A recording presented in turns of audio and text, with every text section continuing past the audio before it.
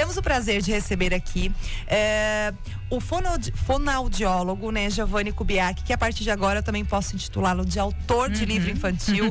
Boa tarde, seja bem-vindo.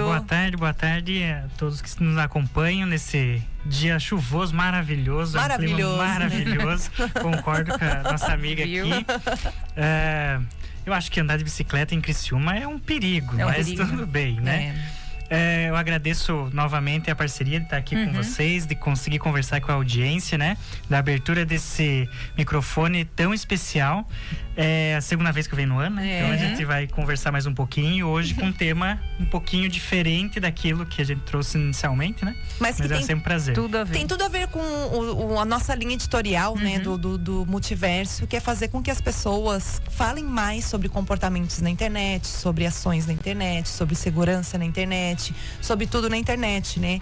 E você lança um livro, né, na semana que vem, que tem como tema central o cyberbullying. E aí entra a Cris Feijó, que eu tenho o prazer de reencontrá-la, né? Agora, numa profissão diferente. Achei muito legal a sua jaqueta da Polícia Civil. Ela que é jornalista, né? Já trabalhei com ela, assim, não junto ao lado, mas contemporânea.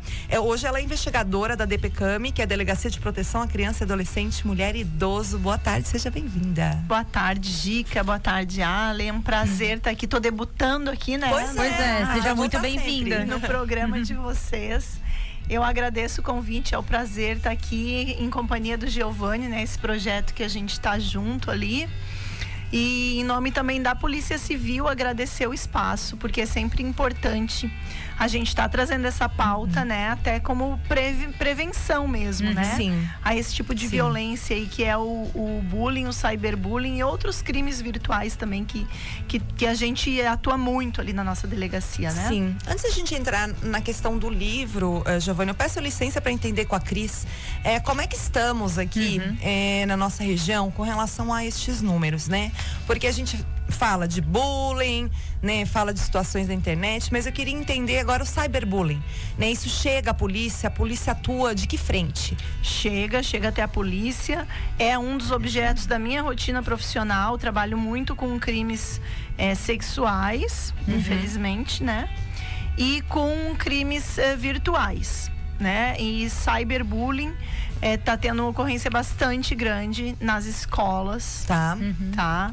A gente tem uma ocorrência grande, assim, de perfis falsos sendo criados em nomes de escola, perfis específicos para fofocas. Então, são nesses perfis em que são feitas ameaças, injúrias, calúnias, onde se faz a prática de bullying mesmo, né? Por esse meio virtual, assim, de perfis falsos.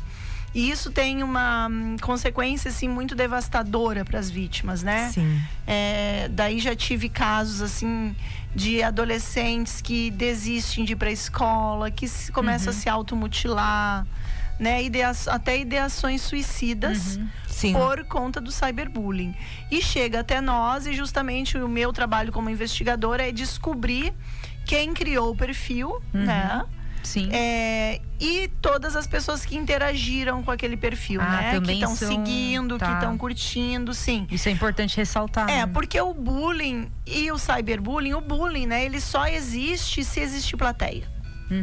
Porque no momento que uma pessoa faz alguma ofensa a outra e ela vê que aquilo não tem plateia, ela vai parar. Faz sentido. Mas como tem a plateia, ela vai continuar. E o bullying é isso, é essa agressão reiterada, né? Sim. Tanto que a pessoa que sofre bullying, ela vai sofrendo por um tempo. Sim. Isso acontece, então, a gente tem ali a figura do autor do bullying, da vítima do bullying e a plateia. E a plateia também tem que ser responsabilizada. Também. Essa é uma grande diferença e uma diferença agravante, digamos assim, do bullying que se existia no ano passado, quando não tinha internet, porque a internet fica ali tudo estatizado, parado, eternizado.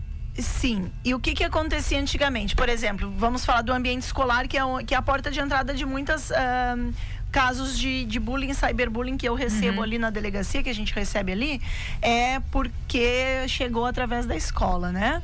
Como é que acontecia antigamente? A gente ia pra escola ali da 1h às 5h, tu sofria o bullying naquele espaço de tempo. Tu saía pra casa, tu ia conviver com os colegas da rua, com os amigos da rua, com a tua família, de manhã tu tava em casa. Novamente o bullying naquele espaço que era a escola e naquele horário em que você estava na escola.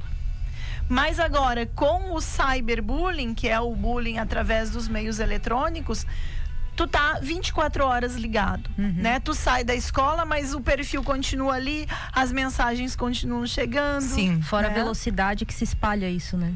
O alcance de pessoas é muito maior, porque daí pode alcançar até pessoas de outras escolas, entendeu? Não é só naquele restrito espaço com aquelas pessoas que estariam naquele espaço. Ele convive o tempo todo com as pessoas, até porque as pessoas têm as suas convivências na internet hoje, né? Isso. Tem um mundo digital delas, seus amigos, suas redes sociais. Você pode também participar aqui desse debate, tá, Giovanni? E a gente tem uma questão muito importante do cyberbullying, que é a perpetuação no tempo.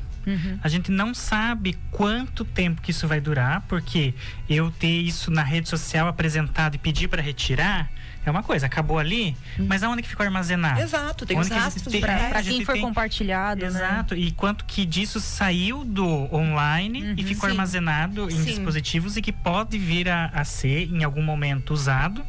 E agora com a inteligência artificial a gente também ganha um novo corpo. Deepfake, né? e outras coisas, a gente ganha né? um novo corpo. Houve inclusive nas últimas eleições várias candidatas mulheres que sofreram violência política com criação de imagens falsas delas, né, nessa perseguição política. Exatamente. Então a gente precisa cuidar, porque o cyberbullying ele vai ter o agravante de nós não conseguirmos rastrear por tudo aonde ele chegou. Exato. Todos os dispositivos que eles estão. Agora eu quero entender, Cris, como é que a polícia está preparada para isso, né, nesse sentido? E é muito interessante você falar, porque eu fico feliz de ter uma pessoa aqui que eu já conheci, enfim, já admirava profissionalmente, sabendo que tem uma pessoa que está ali na linha de frente dessa investigação. A nossa polícia está preparada com aparatos, né? Como é que é? Sim, eu como investigadora atuo na investigação, mas a polícia, claro, ela tem um papel, né? Tem várias atividades na polícia, e a gente tem, cada policial, conforme a sua função, sempre tem cursos de capacitação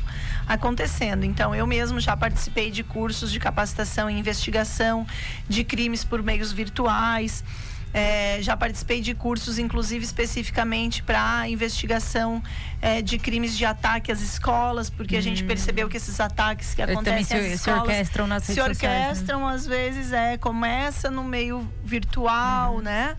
Então, assim, a polícia, e a gente tem acesso a equipamentos. A gente tem hoje, por exemplo, aqui na nossa cidade, a possibilidade de extração de material de telefones que a gente manda para perícia, né? A gente tem aqui o Brasil tem o Instituto Geral de Perícias, que é a polícia científica, que trabalha, né? Eu, como investigadora, solicito, eu quero que faça a extração desse celular que eu aprendi, ou nesse computador, enfim. A gente leva para a polícia científica. Que bom. Só que hoje, também na Polícia Civil, a gente tem também o nosso próprio arsenal, que a gente pode chegar ali, para ser mais rápido. Isso, e fazer a extração. Então, assim, a Polícia Civil, ela tá se equipando com a tecnologia necessária e está capacitando o seu corpo de servidores para estar preparado. Sim. Além disso, a gente tem também as plataformas, por exemplo.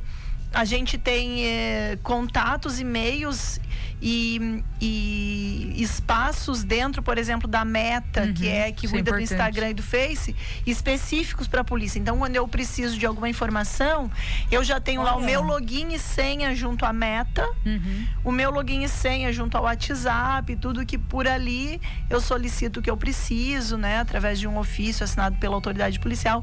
Mas existem também, por parte das plataformas, esse acesso específico para policiais, né? Olha que interessante, eu não sabia dessa. Pois porque além de facilitar, porque as pessoas acham que elas estão escondidas atrás de um perfil, mas apesar de tudo, essas empresas, elas têm responsabilidade e elas precisam fornecer os dados para a polícia quando necessário. É aquilo que a gente sempre fala da necessidade, né, se discutir algumas atuações da Meta aqui no Brasil ou das outras empresas também. É importante falar disso, porque às vezes a pessoa acha que não vai ser descoberta porque criou um perfil falso com e-mail falso num computador com a aba anônima. Só que não, né? É uma falsa sensação de anonimato.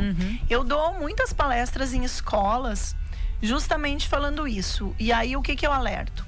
Sempre que você vai digitar alguma coisa, comentar alguma coisa, pense assim: você teria coragem de fazer isso pessoalmente, cara a cara?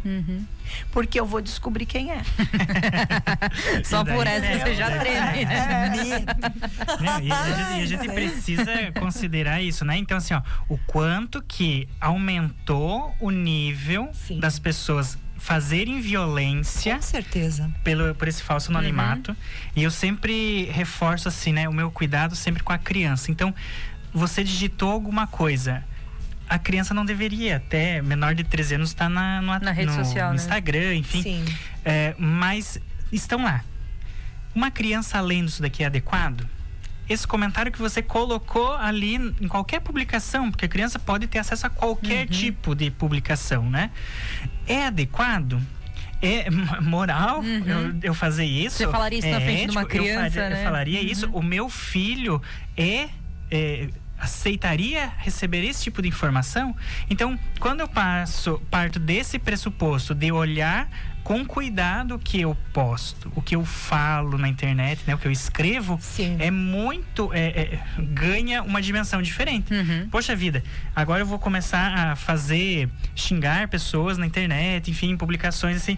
Mas e se uma criança estivesse vendo isso daqui? Meu filho, ouvindo, né? Se colocar no lugar. Exato. Né? E até coisas menores, as pessoas não têm noção. A mesma coisa que sair na Praça Nereu Ramos com um megafone dizendo: eu comi isso, gente! Olha aqui meu prato do dia! Hoje eu tô usando uma roupa azul. Ou sair de biquíni, né? Elas têm que ter a noção que esse mundo tá ali também. Agora a gente tá falando de comportamento, não de crime, né? É que a internet, as pessoas ainda não têm a maturidade, gente. O que é uma internet? Ela não é entretenimento, meio de comunicação, é muito mais que isso. É que as pessoas acham que a internet começa e termina aqui, né? Só que não. É ferramenta, E daí, ferramenta. Exatamente. Agora, Cris, eu queria saber, assim, com relação à resolutividade, né? Como é que é, assim? É considerado crime? Como é que a polícia atua nesse ponto? A partir da detecção do criminoso, da pessoa que cometeu, enfim? É crime. E assim, pasmem, tem algumas vezes que a investigação aponta que aquele perfil falso, aquela ameaça feita através de um e-mail, por exemplo, teve quando estava aquela questão dos ataques à escola, e que tinha uma data específica que começaram a dizer que ia acontecer mais. Muitas escolas receberam ameaças através de e-mail e tudo, né? E então foi aquela correria para fazer a investigação. E em uma investigação lá, nós descobrimos que a pessoa que criou o perfil era uma menina de 10 anos. 10 anos? 10 anos. Então, assim, a gente não encerra uma investigação se não descobrir a autoria, né? Materialidade e autoria, que é o que a gente precisa para indiciar alguém. Quando a pessoa autora do crime, né? Seja lá, vamos pegar esse exemplo assim de um crime virtual. Ela é menor de 12 anos, ela não vai sofrer nenhum procedimento junto à polícia. Tá, menor de 12. Menor de 12. Mas nós comunicamos o conselho tutelar. Tá. E o conselho tutelar vai fazer o acompanhamento e pode, inclusive, ter algumas medidas ali, mas junto ao conselho tutelar, porque abaixo de 12 anos é criança, né? Isso pela imposição legal, né? Que é feito também até a partir de todos os estudos psicológicos e de desenvolvimento infantil. A partir dos 12 anos até os 17, essa pessoa, adolescente, ela vai sofrer um procedimento, sim. Qual? Que se chama uma apuração de ato infracional. Olha só. Então existe aquele tabu de que adolescente não é preso, adolescente não é processado, não responde. Gente, responde e é preso, sim. Só que muda toda a nomenclatura. Né? O adolescente, a gente não diz que ele praticou um crime. Ele praticou um ato infracional. Só que o ato infracional, o que é? É o mesmo tipo que está lá no Código Penal. Ele não vai sofrer um processo. Ele vai ser o quê? Uma apuração de ato infracional. Ele não vai ser preso? Não, ele vai sofrer uma internação, vamos supor, para casos mais graves. Ele vai sofrer uma internação que pode durar 3 anos. Gente, essa internação nada mais é do que ficar preso lá num lugar que ele não pode sair, tem dias de visita, vai ter uniforme, enfim. Só que o nome do lugar não é presídio, né? Sim. Então, na verdade, eles são punidos, sim. A partir dos 12 anos. E teve casos já aqui, tiveram alguns casos do cyberbullying? Sim, daí claro que como é um crime assim de menor potencial, não chega a essa pena de internação. Não é de internação, tá.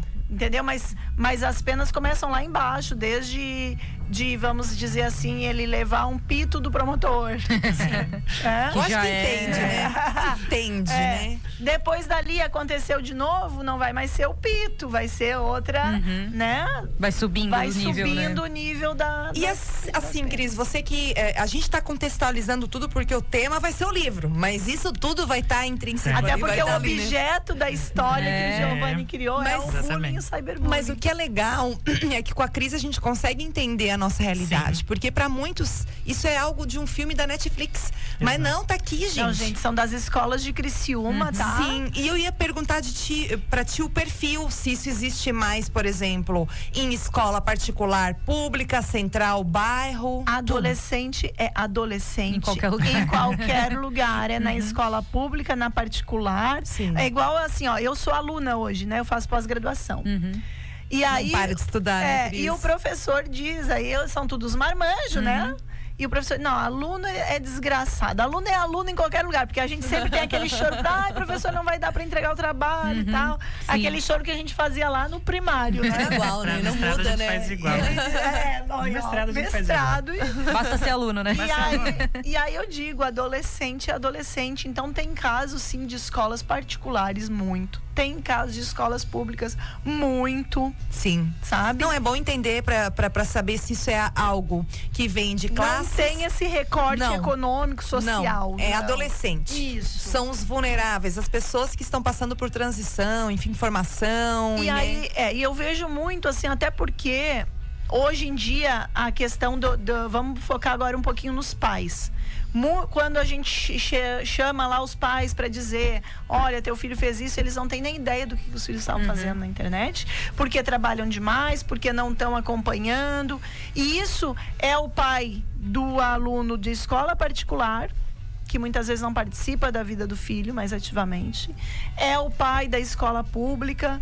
Então, os adolescentes, eles estão às vezes assim sem essa supervisão, né? Mas, Cris, e vamos lá, é bom esse bate-papo, mas aí... E assim, é uma coisa que é muito importante, agora puxando de orelha pros pais. Tá, e depois eu vou fazer um questionamento pra vocês. Porque a criança é a tua criança, é tua responsabilidade. Sim. A criança que tá sofrendo pode estar cometendo também. Você que deu o computador pra ela, você que deu o celular na mão dela, né? A gente precisa considerar que não existe privacidade no celular de adolescente até 17 anos. Nossa, não tem. Não tem. É o pai que tem que supervisionar, né? Mas daí, vamos lá, eu vou fazer um contraponto que eu sempre faço aqui. A minha geração não aprendeu. A minha geração, eu tenho 2 filhos. A minha geração não sabe. Quer dizer, eu tô generalizando, sim. tá? A geração não sabe o que fazer. Não sabe o que é controlar. É desligar o computador e tirar. Mas dá uma horinha de celular, mas nessa uma horinha, o pai não sabe o que é Discord, o pai não sabe o que é isso. O que tem que fazer para um pai? Eu tô falando do adolescente, porque a criança eu acho que ainda é mais tranquilo você controlar. E o adolescente? Mas eu acho que antes do controle, a gente tem um passo antes ainda, né? Que é o diálogo e exatamente a prevenção. Sim. Por exemplo, a criança ela vai estar mais limitada e tal, mas o pai já tem que começar a falar, a dizer, filho, tu pode usar esses e esses joguinhos, nunca fala com ninguém, se alguém te chamar para conversar, chama o pai e a mãe, porque às vezes tem pessoas maldosas, não precisa dar tantos detalhes e apavorar, mas já começa, porque assim, daqui a pouco se alguém chamar ele, o pai e a mãe falou isso. Ele já tem uma noção. Eles vão ter isso. O que os nossos pais falavam? Do homem do saco, de não receber bala. De estranho. É a mesma coisa, só que muda quem está ofertando, que ali é um conteúdo. Perfeito. Nós vamos fazer um intervalinho e depois nós vamos falar do livro. Tudo certo. E daí o livro, gente, ele é justamente esse recurso que os pais vão ter para ter esse caminho de proteção das nossas crianças. Intervalo, tá bom esse bate-papo, hein? Tá bom demais. Intervalo e voltamos já, não saia daí. Estamos de volta com o nosso Multiverso na 92 ao Pop, o Multiverso nos conecta. Tá chegando mensagem aqui, Ale, do Arildo. Nosso Arildo Matos maravilhoso, lá de Balneário Gaivota. Tá mandando um alô aqui pra Gica e pra Coga. Obrigada, Arildo. Beijo no coração. E quem quiser interagir, pessoal, 984410010. No programa de hoje ainda tem música. Daqui a pouquinho música ao vivo pra gente fechar sexta-feira. Bom, Estamos recebendo aqui no estúdio o escritor fonoaudiólogo Giovanni Kubiak e a investigadora da DPCAM, Delegacia de Proteção à Criança e o Adolescente, Mulher e Idoso, a Cris Feijó, que é jornalista também. Vamos lá, esse livro então, que vai ser lançado no dia 28 de novembro, na semana que vem, é um livro aí que ele tem como tema o cyberbullying, com informações de pesquisa da polícia, da Cris aí, que entra a Cris nesse trabalho maravilhoso. E a obra se chama Lana. Conta pra gente, doutor. Lana, uma história sobre cyberbullying. Então, nós temos um projeto que se chama Criar, dentro da instituição muito reconhecida no município, que é a Banda Cruzeiro do Sul. E aí houveram algumas incidências, mesmo pessoais, da Mirella, que é a coordenadora cultural da banda, e ela viu a necessidade de trazer esse tema para a pauta. Então, pertencendo ao Conselho da Criança e Adolescente aqui de Criciúma, ela levantou essa pauta, a Cris também, porque era uma demanda que existia já e já era levantada. Mas o que a gente faz com isso? Nós vimos, né, no bloco anterior, quem não viu, corre lá na internet e vê, no bloco anterior, que é um crime, né? Em 2024 foi tipificado como crime. Então, mas só fazer a ação dele de punir e correção não é o suficiente. Porque não vai na causa, né? Não vai na causa, a gente vai cada vez ter mais, né? Porque se a gente vai punindo, mas da onde está vindo isso, né? E é interessante que existem algumas estatísticas, que eu não vou falar números para não mentir, né? Mas algumas estatísticas de pessoas que referem ter recebido cyberbullying, ter recebido essa perseguição sistemática na rede social e na internet, mas também cometem. Então, não existe, né? É a mesma coisa do invejado e invejoso, né? Se todo mundo é invejado, quem que é invejoso, né? E aí o livro Lana surge desse contexto, né? Dessa conversa com a Cris, dessa necessidade da gente pensar a prevenção. Eu trabalho com crianças há bastante tempo. E aí a gente criou um texto e foi aperfeiçoando ele, amadurecendo, né? Ele começou a ser produzido, este livro, né, em 2022, final de 2022, quando a gente começou essas conversas, ter esses momentos de encontro, né? Para discutir o que a gente faria de ação, né? E a minha proposta era o livro infantil, porque é um universo que eu transito, né? E desde pequenos, né? Como a gente tá falando exato. aqui, né? Então, quando a gente pensou o livro, eu pensei o livro assim, nós vamos colocar para que idade? Um adolescente já tem celular, né? Já chegou, já tá com o celular. Então, vamos na criança. Então, o livro ele é preparado, a escrita dele é preparada para crianças de 8 a 10 anos.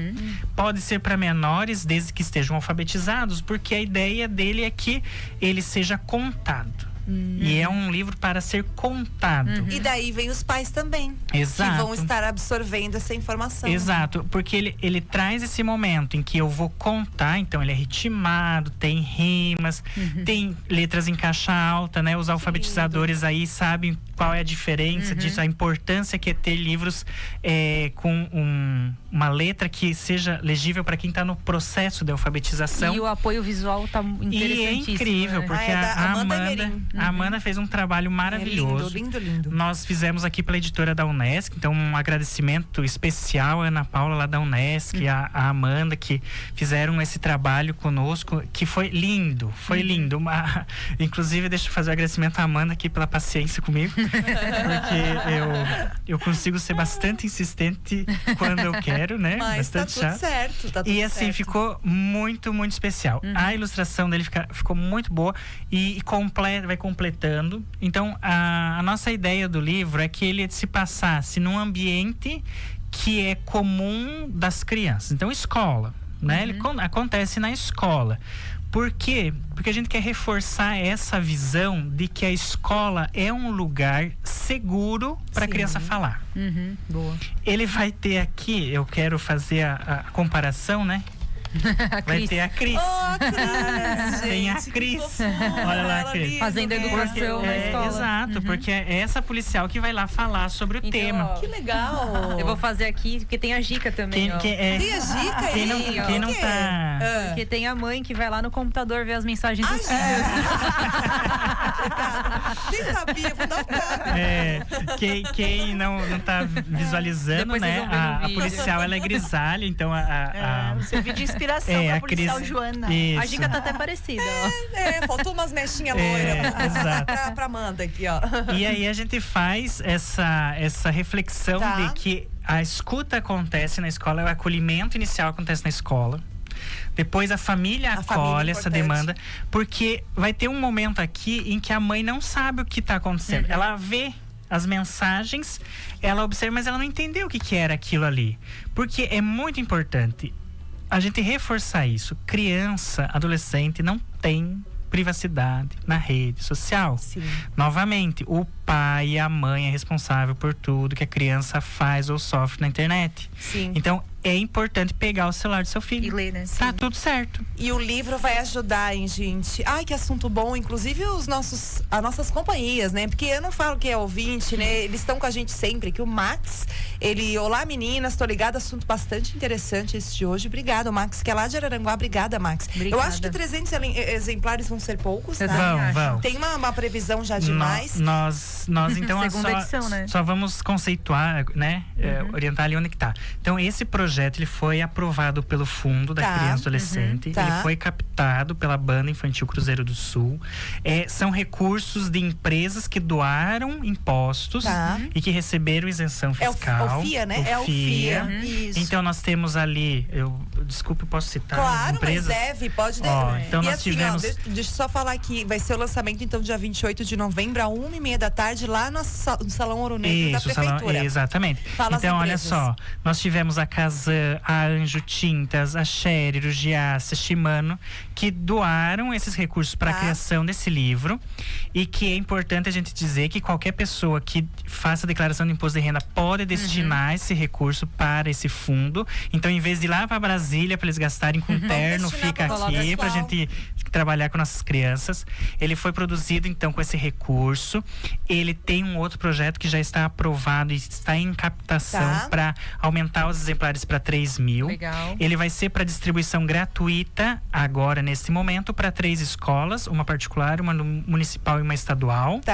Por quê? Porque a criança é do município. Ela não é a contrapartida que ela não é uma criança pública, da escola pública, ela é uma criança do município. Sim. Então a gente trabalha, o FIA trabalha na proteção da criança, né? E promoção de contra a violência. E depois vai dar para vender?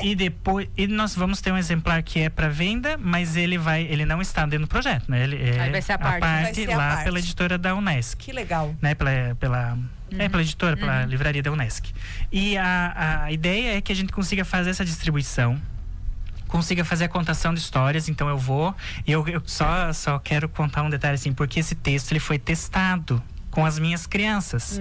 Então no consultório eu testei nas escolas para ver quanto que a gente podia ia poder conseguindo colocar esse texto para que ficasse adequado para a faixa etária. Claro. E também a quantidade. Gente, criança não fica mais do que 5, 10 minutos prestando atenção. Então a gente precisa. Então precisou ser um texto mais dinâmico. Que bom, né? Giovanni. E aí, inclusive, como última referência do livro, ele é para pintar. Adoro. Da criança adora Porque pintar. Aí fica mais tempo com esse livro na mão. Claro, muito O livro não é todo para pintar, porque não é descartável. É para ele ter o livro, pro pai recontar. Né? Mas finaliza, né? Faz com que a criança pense, Muito bom. Ele é um crime, mas ainda assim termina bem, né? Sim. Isso é importante, porque são crianças. É prevenção, pessoal. É prevenção. E o tempo passou. Cris Feijó, investigadora da DPCAM, que teve essa atuação importantíssima, além de estar ilustrado no livro, com a pesquisa e com a temática. Cris Feijó, obrigada. Seja sempre bem-vinda, tá?